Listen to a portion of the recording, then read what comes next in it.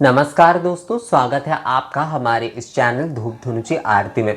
दोस्तों, आज मैं आपको माघ शीर्ष पूर्णिमा के दिन आप किस तरीके से लक्ष्मी पूजन करेंगे या फिर लक्ष्मी नारायण की पूजा करेंगे उस विषय में बात करूंगा।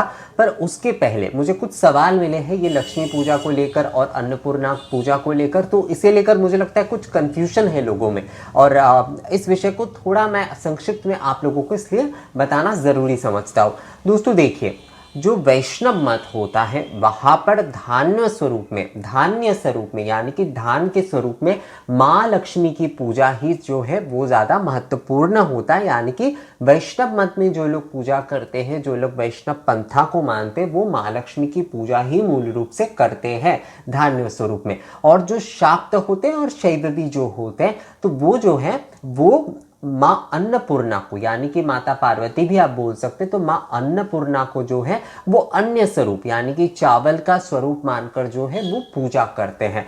तो आप चाहे माँ लक्ष्मी की पूजा करें, आप चाहे माँ अन्नपूर्णा की पूजा करें, विषय दोनों एक ही है, मत की बस अंतर है। जो वैष्णव है वो माँ लक्ष्मी के रूप में धान्य की पूजा कर रहे हैं और जो शाक्त है वो माँ अन्नपूर्णा के रूप में पूजा कर रहे हैं। लक्ष्मी माँ का मतलब होता है सफलता, यानी कि वो कार्य में हमें सफलता देते और माँ अन्नपूर्णा भी हमें सिद्धि प्रदान करती। तो दोनों की विषय अगर हम लोग देखें, दोनों के अर्थ की अगर हम देखें, अंतर्निहित तो एक ही है।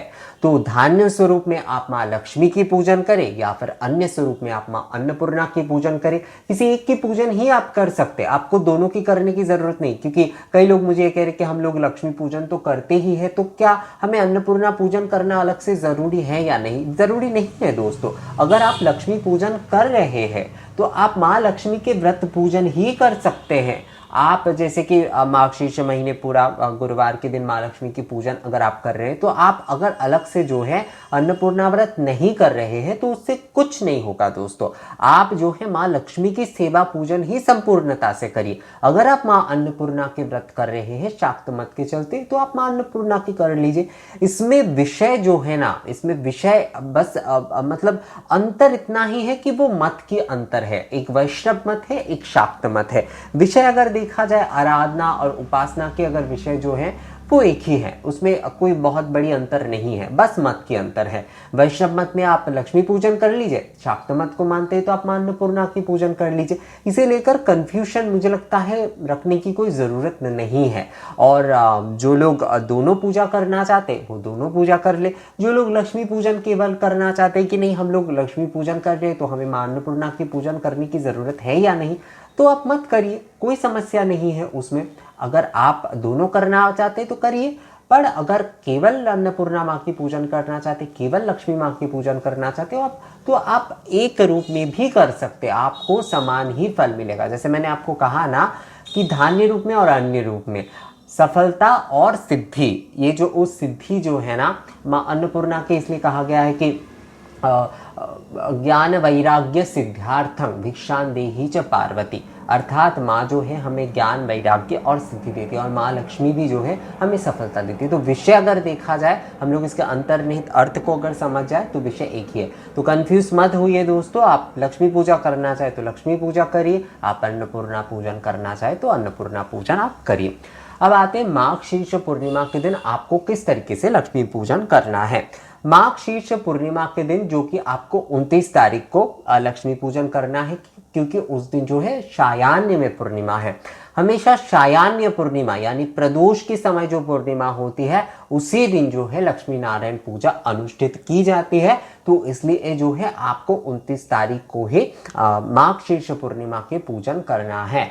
दोस्तों, आप जैसे कि कई लोगों ने मुझे कहा है कि क्या हम उस दिन सत्यनारायण पूजा के साथ लक्ष्मी माँ की पूजा कर सकते हैं, क्योंकि हमारे घर पे जो है हर पूर्णिमा पे हम सत्यनारायण पूजा करते हैं। तो हाँ बिल्कुल, ये अगर करते हैं तो ये तो बहुत अच्छी बात है। अगर आप भगवान सत्यनारायण की पूजा करते हैं, लक्ष्मी नारायण की विग्रह आप एक साथ रख लीजिए या फिर चित्र जो है वो आप रख लीजिए और उसके साथ साथ जो है आप सत्यनारायण पूजा जो है वो पहले आप कर लेते हैं, उसके बाद जो है माँ लक्ष्मी के विधिवत रूप से आप पूजा करते, तो ये तो बहुत ही अच्छी बात है। ये कोई पूछने वाली विषय ही नहीं है कि हम कर सकते या नहीं।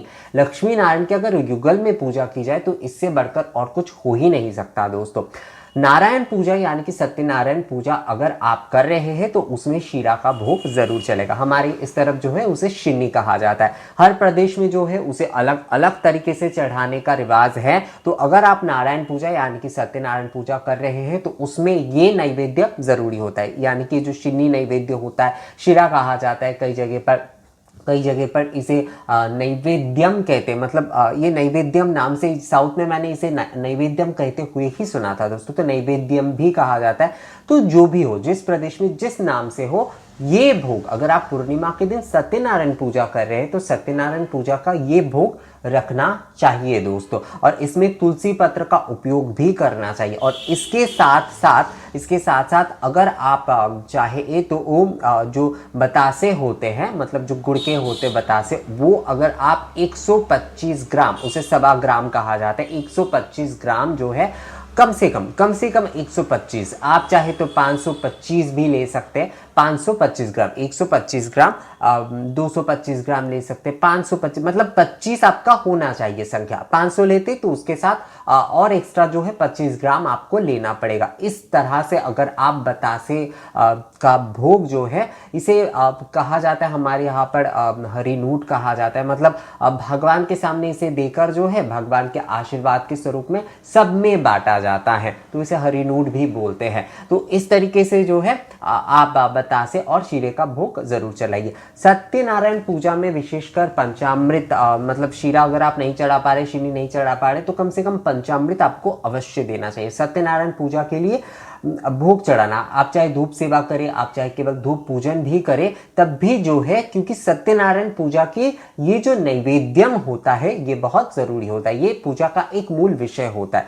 देखिए दोस्तों, हम धूप पूजा कर रहे हैं या फिर मान लीजिए हम धूप सेवा कर रहे हैं, हम कुछ भी कर रहे हैं, वो तो मान लीजिए कि षोडश विधि की पूजा है, सेवा की पूजा है, पर कुछ पूजा की कुछ विषय जो है वो नियम होता है, मतलब वो विशेष होता है, उस पूजा में उस विषय को करना ही होता है। तो सत्यनारायण पूजा अगर आप कर रहे हैं तो उसमें जो है आपको शीरे का भोग रखना ही चाहिए।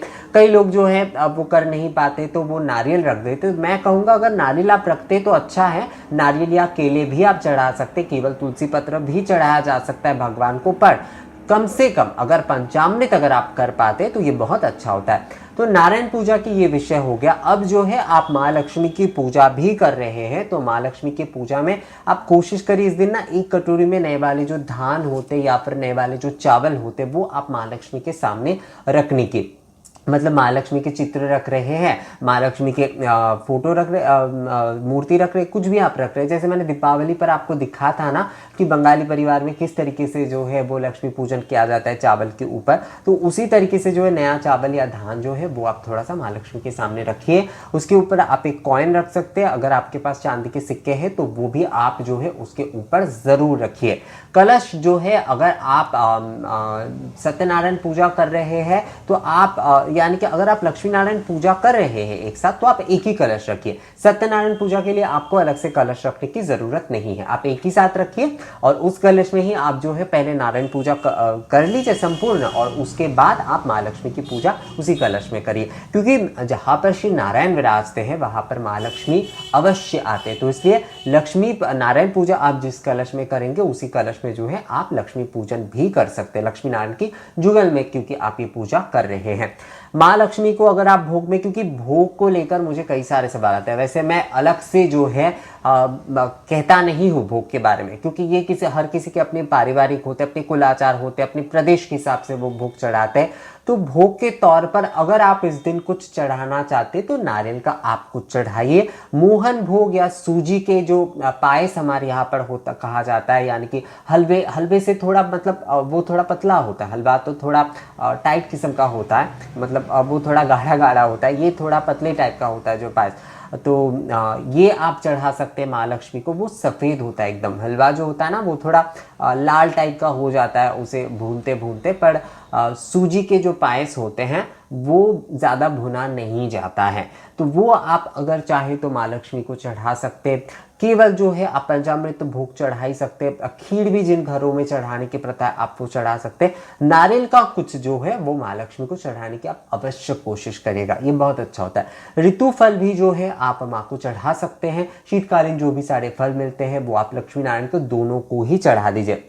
इसके साथ साथ जो है आपको माँ को श्रृंगार सामग्री जो है वो अवश्य देना है। माँ को पैर धोने का जल देना है, आचमनीय जल देना है। उसके साथ साथ जो है आपको चंदन देना है, पुष्प देना है। कमल के पुष्प अगर मिलते तो कमल के पुष्प अवश्य दीजिए। बिल्व पत्र जो है वो अवश्य दीजिए। अक्षत जो है वो अवश्य दीजिए। दुर्वा जो है वो अवश्य दीजिए। कई लोग मुझे कहते हैं कि क्या दुर्वा माँ लक्ष्मी को अर्पण किए जाते हैं? हाँ बिल्कुल, दुर्वा जो है वो माँ लक्ष्मी को आप अर्पण कर सकते हैं। जो मतलब देवी शाक्त मत में जो पूजाएं होती है, जैसे कि मान लीजिए जगधात्री पूजा हो गई, दुर्गा पूजा हो गई, अन्नपूर्णा पूजा हो गई, इन सारी पूजाओं में भी दुर्वा दिए जाते हैं, पर वहां पर श्याम दुर्वा, जैसे कि श्याम तुलसी होते हैं ना, काले रंग के एक तुलसी होते हैं, तो उसी तरीके से श्याम दुर्वा भी होता है।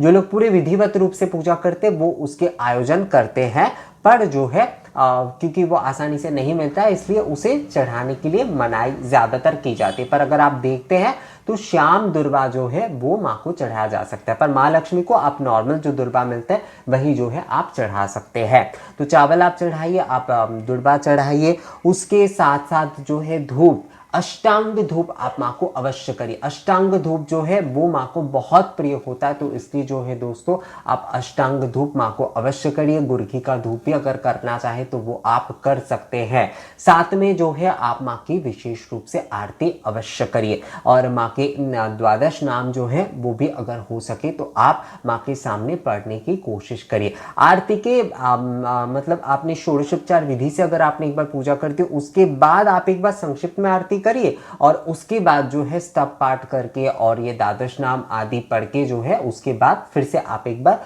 पूर्ण आरती करिए, लक्ष्मी नारायण की पूर्ण आरती आप करिए। तो इसी तरीके से मतलब बहुत ही साधारण तरीका है ये दोस्तों, जैसे कि माँ के पसंद के भोग जो हम दीपावली पर कोजागरी कर जो अर्पण करते हैं वही हम दे सकते हैं, उससे थोड़ा ज्यादा भी करके दे सकते हैं। मुर्की दे सकते हैं आप, नाड़ू दे सकते हैं, ये सारे भोग आप अपने हिसाब से दे दीजिए। आप सत्यनारायण पूजा के शिरा और पंचामृत या फिर जो शिन्नी भोग होता है वो अवश्य दीजिए श्री नारायण को, और उसके साथ साथ आरती जो है वो आप पंच निराजन पद्धति से अगर कर पाते तो बहुत अच्छा है। तो पंच निराजन पद्धति में आप क्या करिएगा दोस्तों, आपको दीप से आरती करना है, यानी कि पंच दीपक से आपको आरती करना है। धूप से आपको आरती करना है, सॉरी दोस्तों, पहले धूप से आरती करना है, मतलब धुनुची धूप से पहले आरती कर लेना है, उसके बाद पंच दीपक से आरती करना है, उसके बाद जो है आपको कपूर से आरती करना है, उसके बाद जो है आपको जलपूर्ण शंख से आरती करना है, और उसके बाद आपको पुष्प से आरती करना है। व्यजन आरती जो है, चांबर हो या फिर किसी भी प्रकार का व्यजन हो, वो शीतकालीन में नहीं होता है। कार्तिक मास के बाद जो है वो व्यजन आरती नहीं होती है। व्यजन आरती फिर से जो है होली के बाद शुरू होती है, यानी कि होली के दिन से ही जो है व्यजन आरती फिर से शुरू हो जाती है, पर इस शीतकालीन में आपको व्यजन आरती नहीं करना चाहिए। तो दोस्तों इसी तरीके से आपको माँ लक्ष्मी की पूजन करना है। मैं यहाँ पर आपको माँ लक्ष्मी के जो द्वादश नाम स्तोत्रम है वो आपको एक बार पढ़ के सुना देता हूँ। त्रैलोक्य पूजिते देवी कमले विष्णुवल्लभे ज्वथातंशु स्थिरा कृष्णे तथा भव मही स्थिरा ईश्वरी कमला लक्ष्मीश्चला हरिप्रिया पद्दा पद्दालया संपद प्रदा श्रीपद्धारिणी द्वादशैतानि नामामि लक्ष्मीं संपूज्य ज पठेत स्थिरा लक्ष्मीर्भवेत तस्य पुत्र दारादिभिः सह। इसी प्रकार से जो है इति लक्ष्मी द्वादश नाम स्तोत्रम संपूर्णम। तो इसी प्रकार से जो है आपको माँ लक्ष्मी के द्वादश नाम जो है वो पढ़ना चाहिए। मैं एक बार फिर से पढ़ूँ क्या दोस्तों, एक बार फिर से पढ़ देता हूँ, क्योंकि कई लोगों का कहना होता है कि आप जो भी पढ़े वो एक बार दोबारा पढ़ लीजिए, तो मैं एक बार फिर से आपको पढ़ देता हूँ। त्रैलोक्य पूजिते देवी कमले विष्णुवल्लभे जथातंशु स्थिरा कृष्णे तथा भव मयि स्थिरा ईश्वरी कमला लक्ष्मीश्चला हरिप्रिया पद्दा पद्दालया संपद प्रदा श्रीपद्धारिणी द्वादशैतानि नामामि लक्ष्मीं संपूज्य ज पठेत स्थिरा लक्ष्मीर्भवेत तस्य पुत्र दारादिभिः सह। इति लक्ष्मी द्वादश नाम स्तोत्रम संपूर्णम। इस प्रकार से जो है मेरा ना इस समय थोड़ा गला सूख रहा है दोस्तों, तो थोड़ा उच्चारण में प्रॉब्लम हो रहा था। तो मुझे लगता है आप लोगों को समझ में आ गया होगा। मतलब माँ लक्ष्मी के जो द्वादश नाम स्तोत्र है, भगवान विष्णु के जो षोडश नाम के स्तोत्र है, औषधि चिंतित विष्णु, वो भी आप अवश्य पढ़िए। और उसके बाद जो है आप आरती अवश्य करिए। आरती आप विशेष रूप से करिए और आरती गायन ज़रूर करिए। ओम जय जगदीश हरे करिए, या फिर माँ लक्ष्मी के बीच ओम जय लक्ष्मी माता कर सकते, श्री लक्ष्मी रमणा, ये भी आरती आप कर सकते हैं। जो भी आरती आपको आता है वो आप कर सकते हैं। आजकल तो ऑनलाइन मिल जाता है दोस्तों, वहाँ से आप थोड़ा नोट कर लीजिए आरती के मतलब जो लिरिक्स होते हैं, मतलब लिरिक्स ही कहते हैं ना उसे, कथा जो होता है उसे आप थोड़ा नोट कर लीजिए दोस्तों। और उसके बाद जो है उसे पढ़ते हुए भी जो है आप आरती कर सकते हैं। ये बहुत अच्छा रहेगा। मतलब जो आपकी जो पूजा का जो माहौल होगा ना, वो बहुत ही आध्यात्मिक और भक्तिमय हो जाएगा अगर आप आरती गाते हुए आरती करते हैं। तो दोस्तों इसी प्रकार से जो है मार्गशीर्ष पूर्णिमा के दिन आपको लक्ष्मी नारायण की पूजा करना है। आप सत्यनारायण पूजा करना चाहते हैं तो वो भी आप कर सकते हैं, और उसके साथ ही जो है माँ लक्ष्मी की पूजन भी अवश्य करिए। ये बहुत ही ज़्यादा अच्छा होता है, बहुत ही शुभ दिन होता है। और दोस्तों एक बार फिर से मैं आपको कहूँगा, आप लोगों को कन्फ्यूज़ होने की ज़रूरत नहीं है। अगर आप लोग केवल लक्ष्मी पूजन करना चाहते हैं तो आप केवल लक्ष्मी पूजन कर सकते हैं। अगर आप लोग जो है माँ अन्नपूर्णा के पूजन करना चाहते हैं, माँ अन्नपूर्णा की जयंती के तौर पर इसे मनाना चाहते हैं, तो आप वो भी मना सकते हैं। आपको आप दोनों अगर कर पाते तो अच्छा है, अगर नहीं कर पा रहे हैं तो केवल एक ही करेंगे तो भी माँ आपको समान रूप से ही आशीर्वाद देंगे। तो दोस्तों ये वीडियो आपको कैसा लगा मुझे कमेंट्स करके ज़रूर बताइएगा। ये वीडियो अगर अच्छा लगा है तो इसे लाइक और शेयर भी ज़रूर कर दीजिएगा। मिलेंगे आपसे अगले वीडियो में नई किसी जानकारी के साथ, तब तक के लिए नमस्कार।